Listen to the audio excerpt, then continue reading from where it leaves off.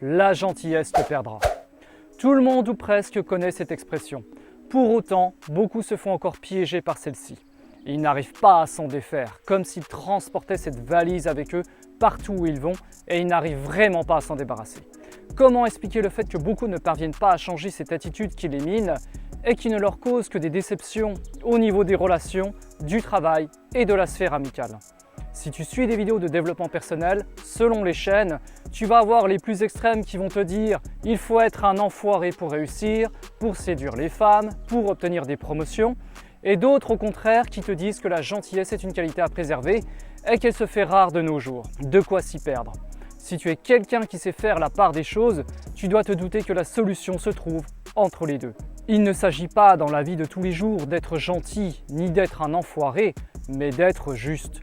Donc tu vas me demander à juste titre comment être juste et d'où vient cette gentillesse qui nous colle à la peau, telle une sangsue. Alors on va replonger dans ton enfance. On va dire que tu as entre 7 et 12 ans. Tu joues avec tes potes au foot sur le terrain sur lequel vous aviez l'habitude de fréquenter. Ou bien tu fais une partie de console avec tes amis. C'est un samedi matin. Et tu es invité le midi chez ta tante. Alors ta tante, tu l'aimes bien, mais tu n'as jamais pu supporter les conversations qu'elle a en se plaignant sans arrêt, son horloge sur le buffet de la salle à manger qui n'arrête pas de faire tic-tac, le chien qui vient te lécher sans arrêt à table même quand tu manges, et surtout les innombrables photos que tu vas devoir faire pour l'album de photos de famille. Tu passais donc un bon moment avec tes potes et là, tes parents t'appellent en criant « c'est l'heure, on doit y aller !» alors que tu mettais la misère au foot ou à la console à ton pote. Ton pote rentre chez lui et là, tes parents n'arrêtent pas de te dire de bien te comporter, d'accepter tout ce que te donnera ta tante à manger, même si tu n'as plus faim, d'être toujours poli et de garder la moindre remarque pour toi. Tu prends donc la voiture avec tes parents, mais tu y vas à contre-cœur. À peine parti que tu as déjà hâte que la journée se termine. Tu arrives chez ta tante et là vient le moment des photos. Tu tires une tête d'enterrement, donc tes parents te reprennent avec des gros yeux et te demandent de sourire. Tu t'efforces donc de sourire, de faire bonne figure. Et toute la journée se passera ainsi, à contenir tes émotions, à faire des choses que tu n'as pas envie et on te rabâche que la vie est ainsi et que ta tante n'est pas éternelle et qu'il faut lui faire plaisir. Je pense que maintenant, rien qu'en te remémorant certainement une scène que tu as vécue ou bien qui est similaire avec une autre, tu commences un peu à comprendre le processus qui t'a amené au point où tu en es aujourd'hui. Car oui, depuis ton enfance, on t'a finalement inculqué à te contenir et à ne pas sortir tes émotions. Et devine quoi? Eh bien ce schéma se reproduit donc plus tard dans tes relations. Alors bien sûr, il n'y a pas eu que cette scène avec ta tante, mais certainement d'autres dans des contextes différents. Avec des potes, des professeurs, des hommes de loi. Et à force de répéter un comportement biaisé, celui-ci s'est collé à ton identité. Alors par contre, le but de cette explication n'est pas dans l'idée de te conforter avec le fait que ton comportement de gentil garçon ou de gentille fille est de la responsabilité uniquement de tes parents ou d'autres et donc que tu ne peux rien y changer. Je pense que maintenant tu commences à avoir l'habitude de mes vidéos en remettant la responsabilité sur toi. Tes parents t'ont donné l'éducation du mieux qu'ils pouvaient avec leurs armes et ils n'avaient sans doute pas conscience qu'ils ne t'apprenaient pas à gérer tes besoins, mais celui des autres en priorité. Car maintenant pour toi, dire ce que tu penses, tes besoins, comment tu te sens, c'est mal et cela va à l'encontre des codes moraux. On t'a surtout appris à faire plaisir à l'autre, mais on ne t'a pas appris à toi que faire de tes émotions et de tes besoins. Cela a disparu de ton manuel et donc aujourd'hui, tu es perdu. Et si tu es dans cette situation, on doit souvent te dire de te lâcher, d'être toi-même. Les autres détectent en toi ce que toi tu n'arrives pas à exploiter. Tu te sens piégé entre deux mondes.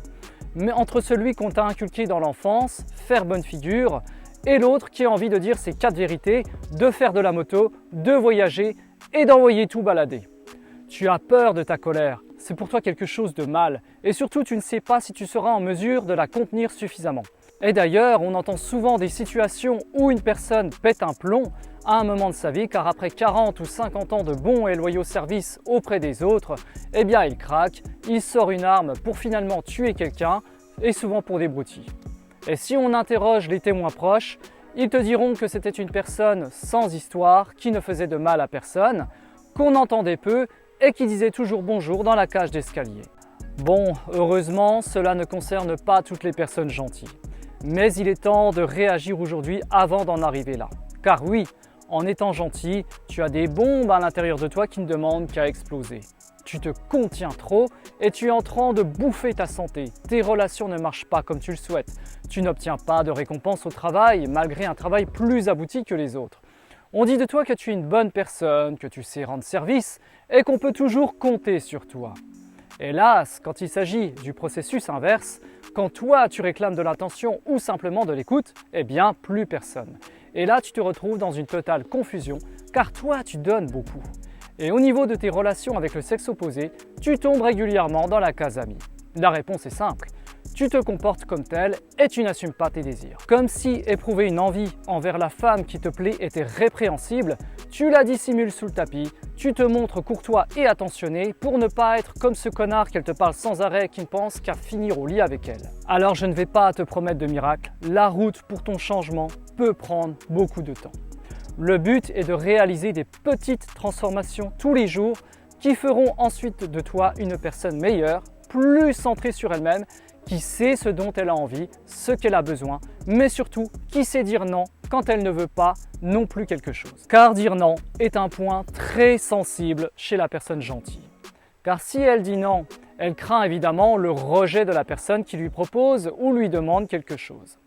Et si une personne dit non à la personne gentille, elle ne se sent plus aimée et pense que la faute vient de lui. Que de confusion mentale viennent nous polluer. On va prendre un exemple classique. Tu es invité chez un pote tous les samedis soirs à faire la même chose. Disons traîner dans le même bar, à réaliser la même activité avec les mêmes personnes. Alors tu apprécies beaucoup ce pote, mais par contre, tu en as marre d'aller toujours à ce même endroit et les autres potes qu'il fréquente, eh bien tu ne les apprécies guère. Alors pour des personnes qui n'ont pas de souci à dire ce qu'elles ressentent, la solution serait très simple. Mais chez une personne vraiment qui a peur de dire non, elle va accepter indéfiniment cette sortie qui ne lui convient pas du tout. Si tu te sens concerné par cette situation, je t'invite à tenter de réaliser cet exercice. Essaye de te préparer mentalement en simulant un appel téléphonique avec ton pote. Ah salut Thomas, on se retrouve au bar habituel samedi soir? Ah salut Max, écoute je suis content que tu m'appelles, tu avais peur que je t'oublie? Bah ouais, parce que moi si je t'appelle pas, tu le fais pas hein. C'est vrai, t'as raison. Et donc tu aimerais que je sois plus investi dans cette amitié? Oui, c'est ça. Donc tu es là samedi? Écoute, j'aime beaucoup qu'on passe du temps ensemble. Aussi ce samedi-là, j'ai autre chose de prévu. Mais ça te dirait plutôt un bowling dans la semaine? Lâcheur, on peut pas compter sur toi. Non mais attends, j'ai pas fini. Si je me rends au bar avec toi, je serai pas vraiment là. Et j'ai vraiment envie qu'on ne soit que tous les deux. Alors? Eh ben écoute, je suis étonné de ta proposition, mais oui, ça me ferait plaisir évidemment. Alors évidemment, cette scène décrit un idéal. Et dans la réalité, eh bien ça ne se passe pas toujours comme on le voudrait. Mais je pense déjà qu'avec ce dialogue simulé, tu comprends mieux la démarche de recentrer tes besoins auprès de ton pote sans forcément décliner l'invitation et dire non. Cela s'appelle savoir s'affirmer sans violence, tout en étant à l'écoute de l'autre et être transparent vis-à-vis de ce que l'on ressent. Mais oui, je comprends, c'est un exercice qui malheureusement nous est étrange car peu l'ont appris. Pour beaucoup, soit on dit non sans contre-proposition, soit on dit oui et on se force, comme l'histoire avec la tante que je t'ai citée en introduction. Tu comprends mieux maintenant le lien entre ton enfance et ton comportement adulte. Là où ça pêche pour beaucoup, c'est l'amitié homme-femme quand l'homme a une attirance pour une femme. Combien prennent sur eux et attendent que la nana comprenne ou bien qu'elle fasse le premier pas, car ils n'assument pas. Et il y a les plus téméraires qui ont tenté une approche, mais la nana les a mis dans la case amis et ils acceptent la situation des mois voire plus. Je pense que pour une personne gentille, quand tu as aussi l'émotion qui se met en travers, c'est la partie la plus difficile. Mais en fait, il faut que tu te rendes compte que lorsque tu forces une situation comme celle-ci, tu ne te respectes pas toi ni la nana. Car si tu restes ami avec une femme pour qui tu as de l'attirance et qu'elle ne le sait pas, tu montres de la lâcheté et tu dissimules ton visage auprès d'elle. Et ne fais pas la bêtise de dire qu'avec le temps, les choses changeront. Elles changeront peut-être, mais quand? Et si elles ne changent pas? Quant aux femmes qui savent que l'homme a de l'attirance pour elles, mais qui les gardent sous le coude, ce sont simplement des vampires de l'attention avec une pointe de manipulation. N'ayons pas peur des mots. La gentillesse ne fera pas de toi une personne faible si tu la manies intelligemment avec les gens qui te montrent du respect sans t'oublier toi-même. Il faut que tu réapprennes le processus. Que tu te dises que maintenant que tu es sorti de ton enfance, tu n'as plus à suivre des règles qui ne te conviennent plus. Et surtout, que tu comprennes que la colère n'est pas quelque chose de malsain lorsqu'elle est exprimée de manière saine. Car la colère ne veut pas dire jeter les assiettes par terre, taper sur les meubles ou pire encore. Si tu dis non à quelqu'un, elle ne se sentira pas forcément blessée et si on te dit non, ne le prends pas personnellement. Ce n'est pas ta personne que l'on rejette, mais plutôt une circonstance ou un comportement.